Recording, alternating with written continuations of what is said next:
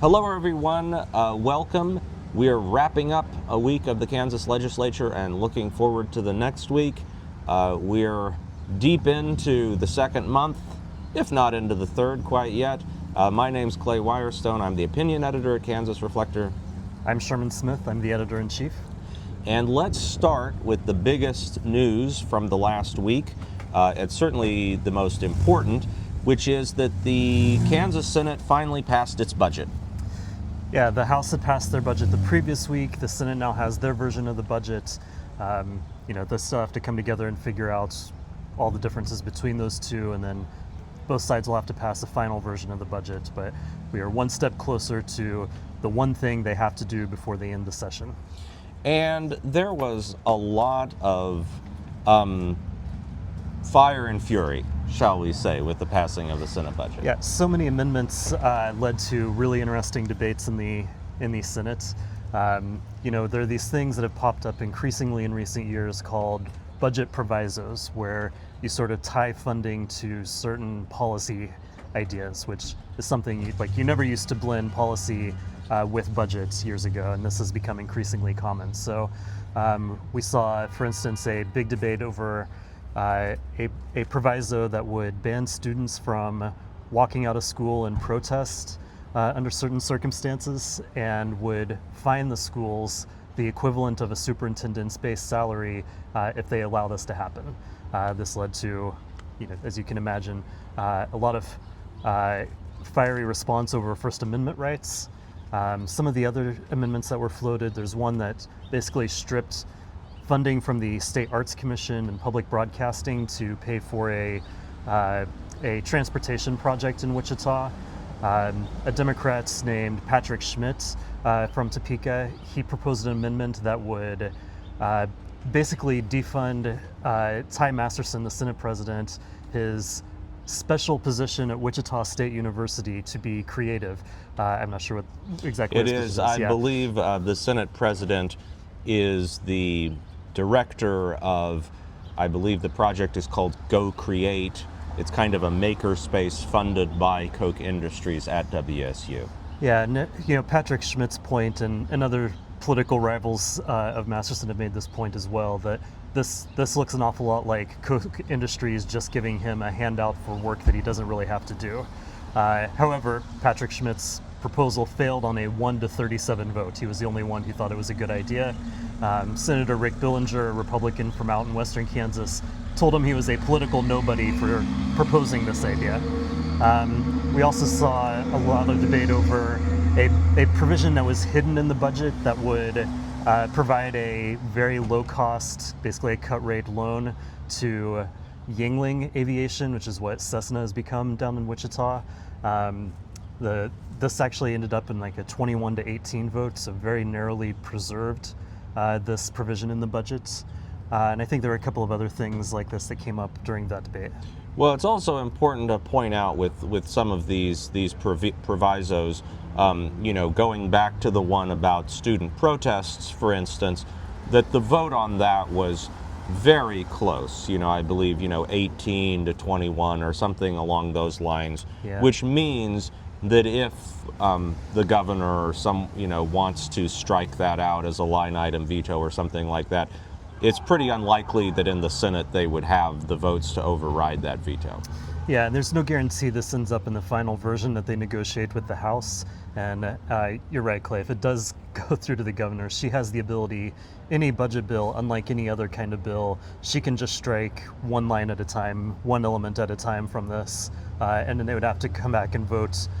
They could do a bundle on all of these, but typically they would vote on each of these individual things that she has vetoed one at a time.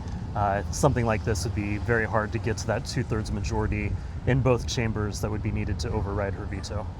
And also, just to explain, I think, just a bit for some of our viewers who might be surprised, when they hear about Patrick Schmidt targeting, Masterson's job funding in the budget, and you see that go down in such a lopsided vote with only one vote in favor.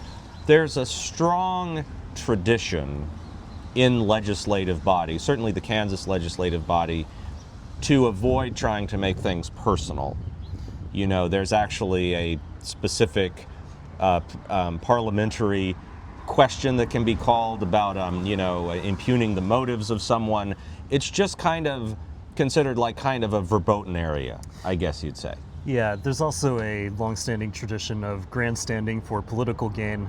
Patrick Schmidt has entered the U.S. Senate race. Of course, Masterson is a candidate for the GOP nomination for governor.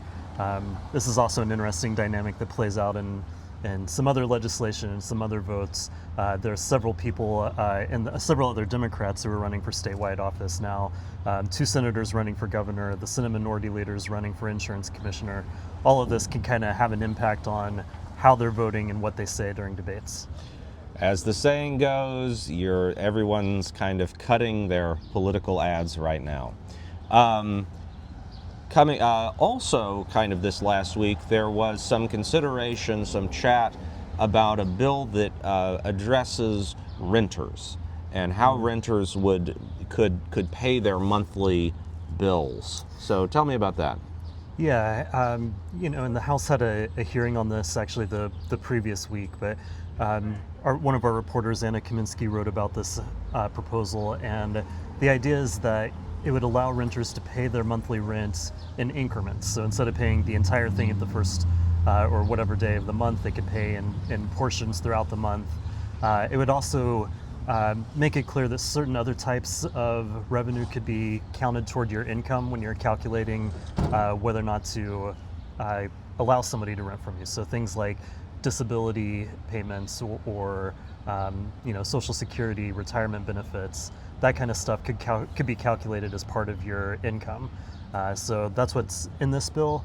It's interesting to me because it's kind of at odds a little bit with a bill that the House has already passed on behalf of a landlord who owns a lot of property across Kansas, a lot of places in Lawrence specifically. Those of you who've been following these videos remember us talking about this before, but that bill really went after a Lawrence ordinance that says you can't deny somebody rent just because they're getting government assistance as part of their income. On the opposite side now, this new bill would say you have to do kind of what the Lawrence ordinance says. You have to recognize disability and retirement benefits as part of the income. Well, and it's part of the push and pull, I would actually say, of kind of the modern Republican Party, which you're seeing now in Kansas, which is it's a party that's traditionally has a lot of business interests and sees itself as friendly to folks like landlords. And yet, on the other hand, there's a strong populist movement that's now in the party, and there's an understanding that there's an affordability issue, really, not just in Kansas, but nationwide. Yeah, I think everybody in the legislature now recognizes there's a very real problem with affordable housing. I think there are a lot of disagreements about what role the government should play in that, if the government should play a role in that. And I think the divide here is less about partisan politics and more generational, as I see it. It's the younger legislators coming in primarily who are the strongest voice in saying we have to address this on both sides, Republicans and Democrats. And having changed really the salary structure a couple years ago for the legislature, where they basically doubled their salary, opening it up potentially to younger legislators coming in, more diverse kind of backgrounds of legislators coming in. I think we're seeing now more of a rising tide of saying we have to address this. It may be a year or two or more out, but there's more bills and more conversation is happening on this topic. And we did mention a Lawrence real estate owner. Sherman and I should note that we are recording this very video in beautiful downtown Lawrence. So if you hear any trucks or passers-by, that's why. Yes, a few birds as well. So that's the last week and times before. Now we're looking into this coming week, the week ahead. What's happening, Sherman? Tell me, please. Right. For goodness gracious.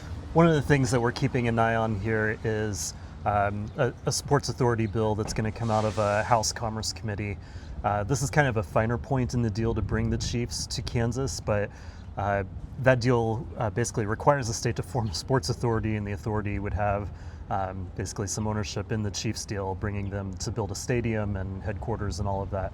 So it's, on one hand, it's just kind of like dotting the I's and crossing the T's, but we're also late in the session and it hasn't happened yet, and it has to happen to finalize that deal. So curious to see how that happens, what the discussion looks like around it. We'll be tracking that this week. Well, and also within this past week, Democratic Senator Cindy Holscher, who is running for governor, as Sherman said, we're in this pre-campaign season that is already campaign season. Cindy Holscher said that she opposed the Chiefs deal in Kansas.